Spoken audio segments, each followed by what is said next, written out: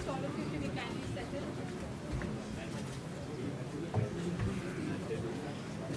Before I begin, may I request all of you to put your mobile phone to silence, please.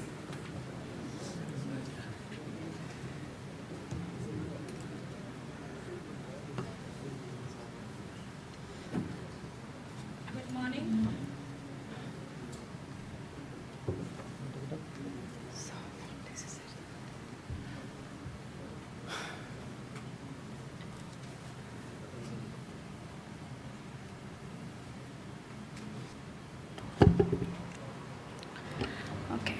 Good morning, Excellencies, distinguished guests, ladies and gentlemen. On behalf of Indian Council of World Affairs, it's my pleasure to welcome you all to the launch and discussion of the book India-Africa Relations Changing Horizons, authored by Ambassador Rajiv Bhatia.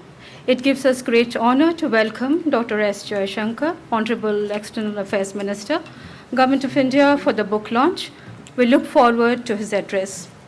I take this opportunity to welcome our distinguished guests, heads of foreign diplomatic missions in Delhi, representatives of the diplomatic corps, scholars, academics, and representatives from media who have graciously accepted our invitation to attend this book launch.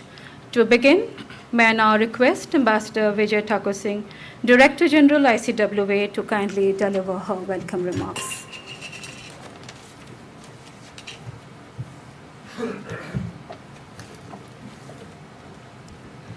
Honorable Dr. S. Jaishankar, External Affairs Minister of India, thank you so much for being at ICWA today.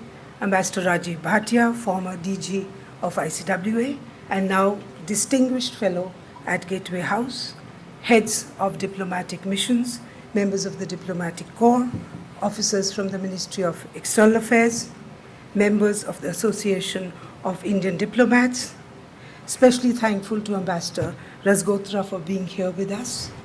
Distinguished guests, ladies and gentlemen. It is my pleasure to welcome you to the launch of Ambassador Bhatia's book, India-Africa Relations, Changing Horizons. The book is an in-depth exploration of India-Africa partnership in all its critical dimensions. Ambassador Bhatia is uniquely positioned to have written a book on Africa.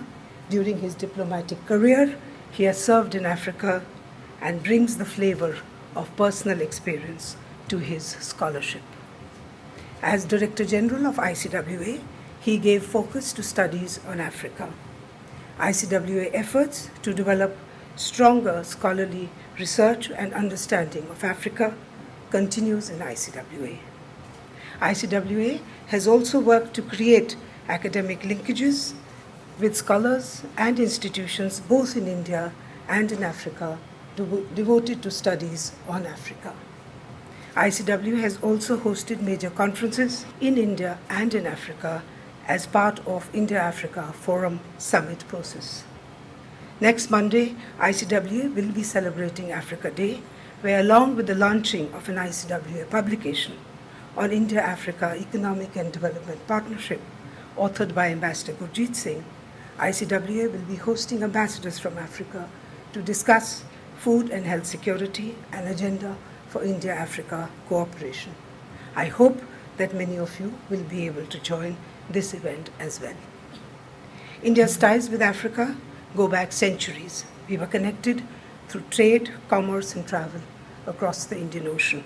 Today, maritime cooperation is an important pillar of our relationship, and we are now additionally engaging with Eastern and Southern Africa within the Indo-Pacific framework.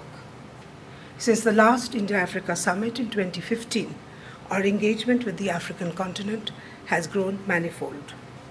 In 2018, Prime Minister Modi outlined 10 guiding principles for India-Africa ties during his visit to Uganda, in which he spoke of India and Africa working together for a just, representative, and democratic global order that has a voice and role for 1/3 of humanity that lives in India and Africa. India is building relationships with countries in Africa that are mutually beneficial and span several sectors. We are also expanding our diplomatic footprint in terms of missions and embassies in Africa. Many African countries are now members of the International Solar Alliance, Coalition for Disaster Resistance, and the Indian Ocean Rim Association. A large Indian diaspora in Africa and the growing number of African students in India also demonstrate the strength of people-to-people ties. The prospects for future cooperation to consolidate our relationship are immense. For understanding these and other important issues in India-Africa relationship, Ambassador Bhatia's book is an important contribution. Scholars and practitioners alike will find the book worth their time. Thank you so much for your attention.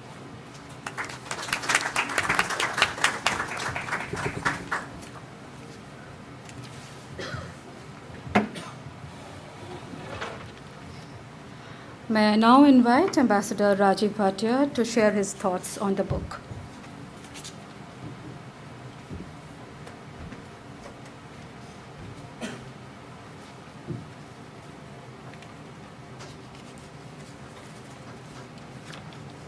Honorable External Affairs Minister Vijay Thakur Singh, Director General ICWA, Excellencies, High Commissioners and Ambassadors, and dear friends. I recognize almost everybody here, but as the Canadians say, I would especially like to recognize the presence today among us, the doyen of our retired tribe, Ambassador M. Rasgotra, who has made a very special gesture to the institution and to all of us. I think he's here to underline his interest in the India-Africa partnership, and sir, thank you so much. I also want to say in a very plain language that the minister, who has been leading such a busy life and who has been doing formidable work for India, has also found time today to be here, not just for this book, but I think because Africa ranks very high in his heart, and Africa does rank in the top list of priorities for the government and for India's foreign policy. And therefore, we all would be looking forward to what he says today on this special occasion at Sapru House. Dear friends, I have said whatever I had to say on this subject in my book, spread to 90,000 words. But DG has been very kind. She has given me time to talk a little bit about the subject, about this book. And it is customary to usually say a little bit about the why and how of this book. How did this idea of a book on India-Africa relations come to my mind is a question I've been asking myself. Was it in 2006 when Pranab Mukherjee, Shri Pranab Mukherjee, then Foreign Minister, gave me time for giving me his instructions as I was proceeding to South Africa. And I remember still what he said then. He said, don't just focus on South Africa, focus on studying the whole of Africa, because you would have much to learn and much to contribute then. Or was it even earlier in 1998 when the government sent me to Kenya for the first time? A whole new part of the world opened to me, and we continue to do our exploration for a long time. Or was it even earlier, back in the late 60s when I was studying at Allahabad University, when liberation of many states of Africa was the real news, along with Cuba and Vietnam War and the rest of it. But we at the university in those days were very excited by the prospect that at last Africa is going to be independent and play a big role in world affairs. So I think all that we can say is that this is the old story with me. Africa has stayed on, and Then came COVID. We just didn't have anything very particularly serious to do except you had to stay at home.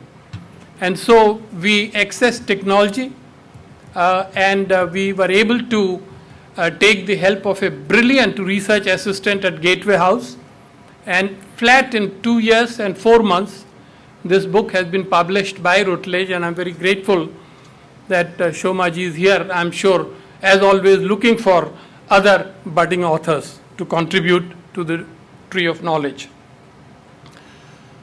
Let me say in all honesty that this title of the book does not actually do justice, does not do full justice to the theme, because the book is not only about India-Africa relations, but it is also about Africa, about transitions in Africa, about the challenges Africa faces, and the kind of opportunities we all can create, not only to benefit Africa, but also ourselves. And it is all about the complete agenda of peace and security and economic development and regional development and Pan-Africanism, but it is very much about Africa. It also deals in great detail about Africa's external relations, because usually when we discuss India-Africa, we get into a kind of a ghetto or a silo. We do not realize that Africa has full-blooded relations with the world, ranging from Brazil to UAE to Turkey to Russia to Indonesia and all the way to Australia. So this is one chapter which I really enjoyed writing, because I discovered as I was studying and researching that Africa is already a very active entity in world affairs. And then of course it is about a chapter which almost was not written. The chapter's name is Africa-China Tango. When it was first suggested to me that I should include Africa-China relationship in this, I demurred. As a former diplomat, I felt, why should I give free publicity to our northern neighbor? But it became clear that the book would be incomplete without a very clear, candid and objective reference to the China factor, and I have tried to attempt this, although I must say it is not easy these days for any Indian, much less an Indian diplomat, and even a former Indian diplomat, to be terribly objective about our northern neighbor. I want to just make 2 more points. The first point here is that I strongly believe that the analysis must be followed by some advice. We are scholars, retired people, we have all the time and motivation to provide advice. But some of us who have spent 36 or more years in the government know that advice should be practical, because otherwise it will stay at the back shelf of the library. So in the last chapter, I have tried to produce practical advice, and I have to take the benefit of the minister's presence to just very quickly list out 4 points for the consideration of the government. One is that expertise on Africa is very limited, both within the government and outside the government. It is not easy to produce expertise overnight, and therefore synergy is the only way out. And I've suggested that PNR division of the Ministry of External Affairs should consider forming an Africa advisory group. It doesn't cost much money, it does not cost any institutional revolution, but it can be done and it can produce sufficient dividends.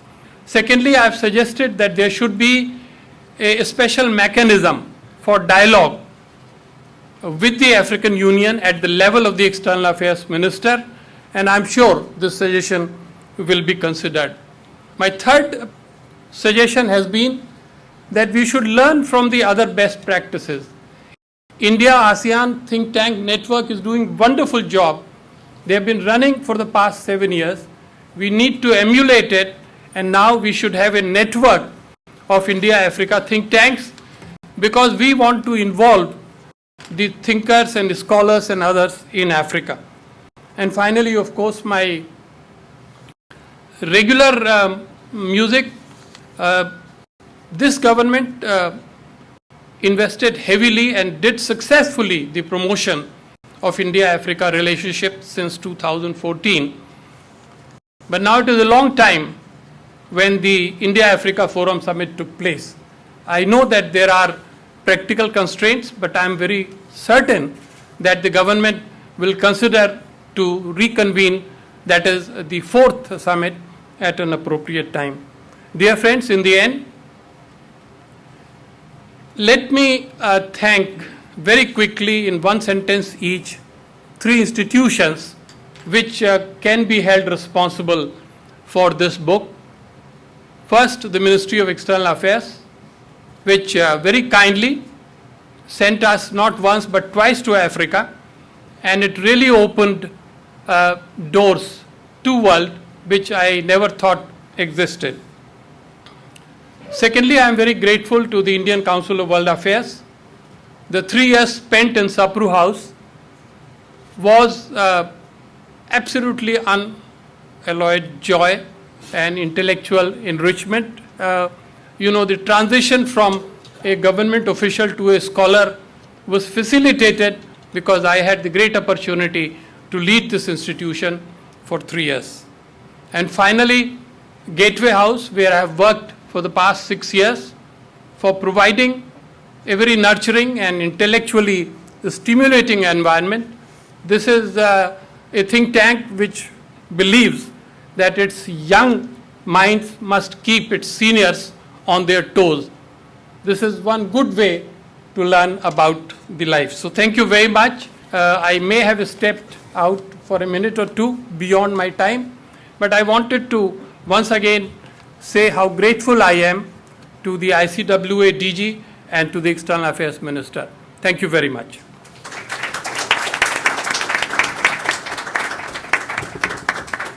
Thank you, sir, for sharing your thoughts and observations on the book and on larger India-Africa relations. Now may I request Dr. S. Jaishankar, Honorable External Affairs Minister, to launch the book India-Africa Relations, Changing Horizons.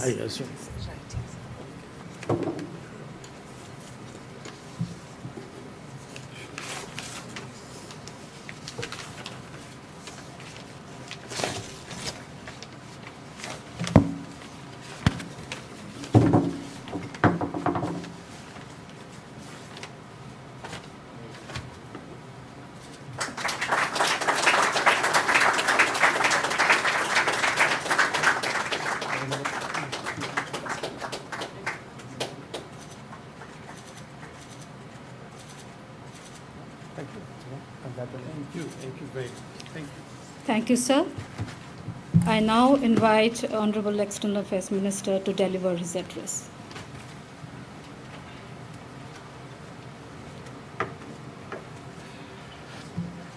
Director General Vijay Thakur Singh, Ambassador Rajiv Bhatia, Excellencies, my 3 distinguished former bosses sitting in the front row, colleagues of the MEA, past and present, colleagues of the ICWA, dear friends. It's a great pleasure to join you all today at the launch of Ambassador Rajiv Bhatia's book, India-Africa Relations, Changing Horizons.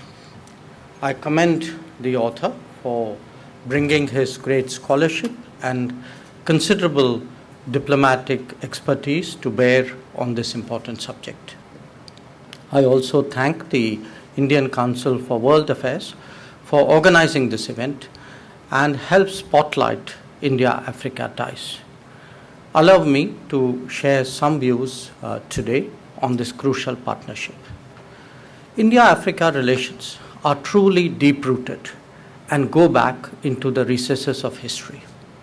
Our connections are particularly strong with the societies on its eastern coast and were nurtured by the monsoon-driven ecosystem of the Indian Ocean. Those with greater land contiguity saw human contacts that accompanied trade and commerce. So whether it was the dhow or the caravan, a deep connect was developed over many centuries whose reflections can be found in habits, in communities, and in experiences. The era of Western imperialism strengthened the contacts, sometimes in a paradoxical fashion. Indian labor was brought to Africa to work in colonial infrastructure projects and commercial ventures. It certainly led to greater cultural interpenetration, but it also eventually created a modern Indian diaspora in Africa.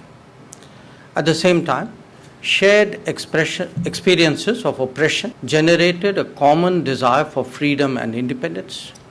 We in India can never forget that our freedom struggle owes so much to the campaigns that Mahatma Gandhi first practiced in Africa and then brought back to his own country. This shared bonding of fighting against colonialism is a deeply emotional one, very difficult to explain to those who have not gone through it. It explains the solidarity that we intuitively express at global platforms, whether it was on the issue of African independence itself, the battle against apartheid, the continuing debate on fair and just development, or more recently, the inequities of the pandemic response. It is also a reason why, even when our own resources and capabilities were much more meager, we embarked on a development partnership with Africa. History also bequeathed us, even though it was unintended, the commonality of many institutions and practices. In the last many decades, the very mechanisms that were designed for control have become tools of development and governance. As we progress in the world together, similar platforms and work cultures facilitate the exchange of experiences and best practices. We in India would like to make this a greater focus of cooperation. Now, what was a steadily developing relationship between India and Africa, and Ambassador Bhatia has brought that out in some detail, was rapidly taken to a much higher level once Prime Minister Narendra Modi came to the helm of affairs in India in 2014. His interest in Africa reflects the extensive contacts that Gujarat, his home state, which I also represent in Parliament, has had with the continent. But it also speaks for his perspectives on greater equity and sustainable development in the world, mirroring his domestic commitment to a just, fair, and inclusive society. The contemporary Indian thinking on our ties were spelt out by his address to the Ugandan Parliament in July 2018, and both the DG and Ambassador have made reference to it. The guiding principles that he articulated addressed issues that confront all African countries and define India's approach to partnering with them. In essence, he emphasized that India would respond to Africa's priorities, to Africa's demands and needs, rather than bring a unilateral agenda. We understand that Africa wants multiple options to get the best out of the international order, and will endeavor to provide that credibly. To that end, we are also open to working with third countries. But it was not just new thinking and energy that Prime Minister Modi brought to our ties. He has also devoted a much higher degree of attention, resources, and capabilities to this account. High-level visits are one example of this new prioritization. Since 2014, there have been 34 outgoing visits by our President, Vice President, and Prime Minister to Africa. At the same time, there have been more than 100 incoming visits from Africa. In many cases, such high-level interactions are taking place after multiple decades. Similarly, as India expanded its diplomatic footprint globally, Africa was given pride of place. 18 new embassies have opened since 2018, taking our total missions and posts in the continent to 49. The India-Africa Forum Summit was elevated through an expanded format in 2015 that saw the presence of all African states, 41 of them at the level of head of state or head of government. The COVID pandemic interrupted the natural progression of this momentum of cooperation, and it is today our shared challenge to pick up the threads. Now, development partnership and capacity building is at the core of our relationship, and it speaks for our shared desire of developing together as equals. The difference that we have made to the hard and soft infrastructure is something of which we can be justifiably proud. To date, India has completed 189 projects in Africa, with 76 at the execution stage and 68 today at the pre-execution stage. Financed by lines of credit with an outlay of over $12 billion, they extend to over 41 countries. Many of these projects were the first of their kind in Africa. Some of them are truly iconic in nature, and notable examples include the railway line and presidential palace in Ghana, the National Assembly building in Gambia, the Rivertex textile factory in Kenya, the Metro Express project in Mauritius, and the Mahatma Gandhi Convention Center in Niger. Expectedly, Africa has been a major beneficiary of India's improved project delivery as a result of the Pragati evaluation process. Capacity building and skill development have accompanied the creation of assets. The Government of India had announced 50,000 scholarships for African youth during IAFS 3, out of which more than 32,000 slots have been utilized. India is also helping countries to bridge the digital divide. The Pan-Africa e-network, launched in 2009, was purposefully taken forward with the first phase completed in 2017. We have now entered a new era with the introduction of e-Vidya Bharti for tele-education and e-Arogya Bharti project for telemedicine. So far, 19 countries have signed the MOUs to become partners. During the last 5 years, 6 IT centers in South Africa, Egypt, Morocco, Lesotho, Ghana, Namibia, and Tanzania, a center for geoinformatics applications in rural development, technology center in Madagascar and Niger, were established to promote digital transformation in Africa. A technology center in Zimbabwe was also upgraded.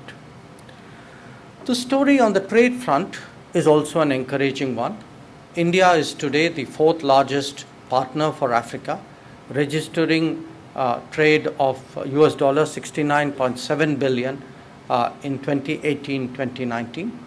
This has obviously been impacted during the COVID years, but we are expecting a strong recovery. The duty-free tariff preference scheme announced by India has benefited African nations by extending duty-free access to 98.2% of India's total tariff lines. African Continental Free Trade Area, which has come into force in January 2021, is expected to enhance our trade volumes. African producers have the potential of taking full advantage of India's growing energy and food demands. Indeed, we already have a tradition of sourcing lentils from Eastern and Southern Africa that we expect to expand.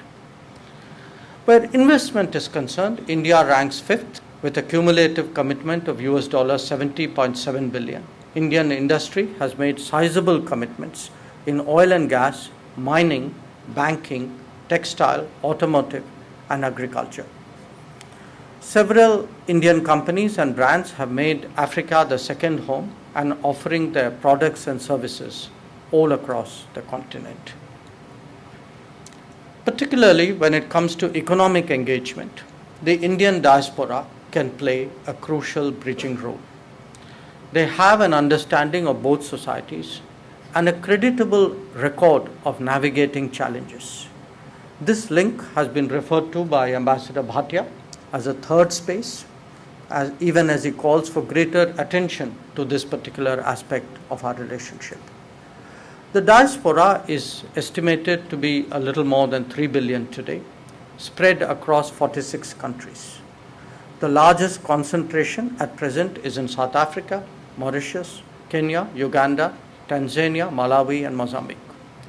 To boost people-to-people linkages, India now extends e-visa facilities to 33 African countries. India has also emerged as an attractive destination for medical tourism. Given our proximity, it is also natural that our cooperation would extend to the domains of defense and maritime security. As in some other areas, past history and early capacity building initiatives have laid the foundation. India was associated with the establishment of defense institutions in Nigeria, Ethiopia, and Tanzania. Our military training teams have worked with their counterparts in Botswana, Lesotho, Zambia, Uganda, Namibia, Tanzania, Mauritius, and Seychelles. Our growing maritime security cooperation is centered around Mauritius and Seychelles, but now extends to coastal African nations as well. Challenges of anti-piracy, counter-narcotics, and counter-terrorism are increasingly visualized as a shared problem. India is guided by the Sagar Doctrine and has often been a first responder in HADR situations. Operation Sahayata to assist cyclone-hit Mozambique in 2019 and Operation Vanilla to provide relief to flood victims in Madagascar in 2020 are notable recent examples. We are very conscious of the expanding threats posed by radicalism and fundamentalism and terrorism to African societies. These have been the subject of our contemporary agenda of cooperation. The first India-Africa Defense Ministers Conclave, in conjunction with DefExpo India in February 2020, institutionalized defense cooperation between us. The Lucknow Declaration was adopted as an outcome document of the conclave. The second edition of the Defense Dialogue, proposed in March 22, was postponed due to unavoidable circumstances, but we hope that it will take place soon. A long-standing facet of our defense contacts has been through UN peacekeeping operations in Africa. Overall, India has undertaken 12 such missions in the continent. Currently, 4,483 Indian personnel serve in 5 peacekeeping missions in the Democratic Republic of Congo, Morocco, Sudan, South Sudan, and Somalia. It is evident from the picture of cooperation that I have laid out that our relationship is multifaceted and deep-rooted. Therefore, it was only to be expected that we would close ranks to confront the once-in-a-century pandemic that engulfed the world. India provided 150 tons of medical assistance to 32 African countries during this period. Many of them utilized made-in-India vaccines. Independent of that, we are still providing medicines, medical equipment, ambulances, and cancer treatment machines to African hospitals. At international forums, we have joined forces to urge equitable and affordable access to vaccines, including through a TRIPS waiver. Travel-related discrimination has also been a subject of shared concern. Today, our ties too must respond to the volatile and uncertain world that we confront. There are important lessons to be learned from the pandemic disruption. The stresses from the knock-on effects of the Ukraine conflict are also relevant. India and Africa can come together in the building of reliable and resilient supply chains. They are important hubs in the decentralized globalization that is so needed by the international community. When it comes to technology, an emphasis on trust and transparency makes us natural partners. India's own vision of cooperation in Africa will increasingly center around health, digital, and green growth.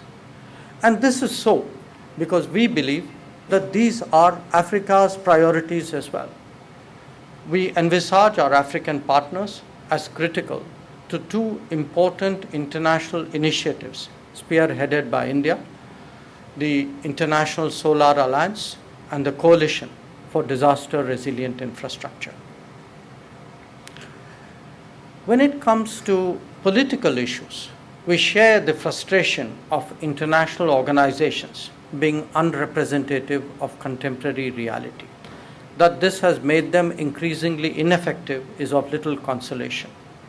India believes that Africa must have an adequate presence and voice in global decision making, including in the reformed UN Security Council. And in turn, we count on Africa to stand up for a partner with whom it has a past, a present, and a future. When it comes to the critical issues of our times, climate justice, SDGs, achievements, or combating terrorism, our multilateral partnership will continue unabated. India believes that Africa's growth and progress is intrinsic to global rebalancing. Its enormous demographic dividend must be realized. Indeed, it is only when this continent attains its true potential that the world will really become multipolar.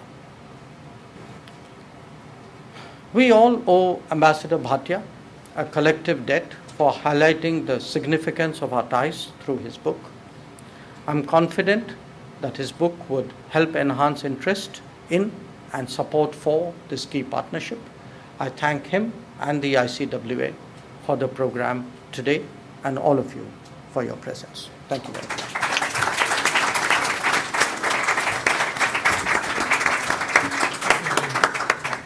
Thank you, sir, for your very insightful address on India-Africa cooperation. May I invite Sri Soman Bagchi, Deputy Director General, Indian Council of World Affairs, to propose the vote of thanks.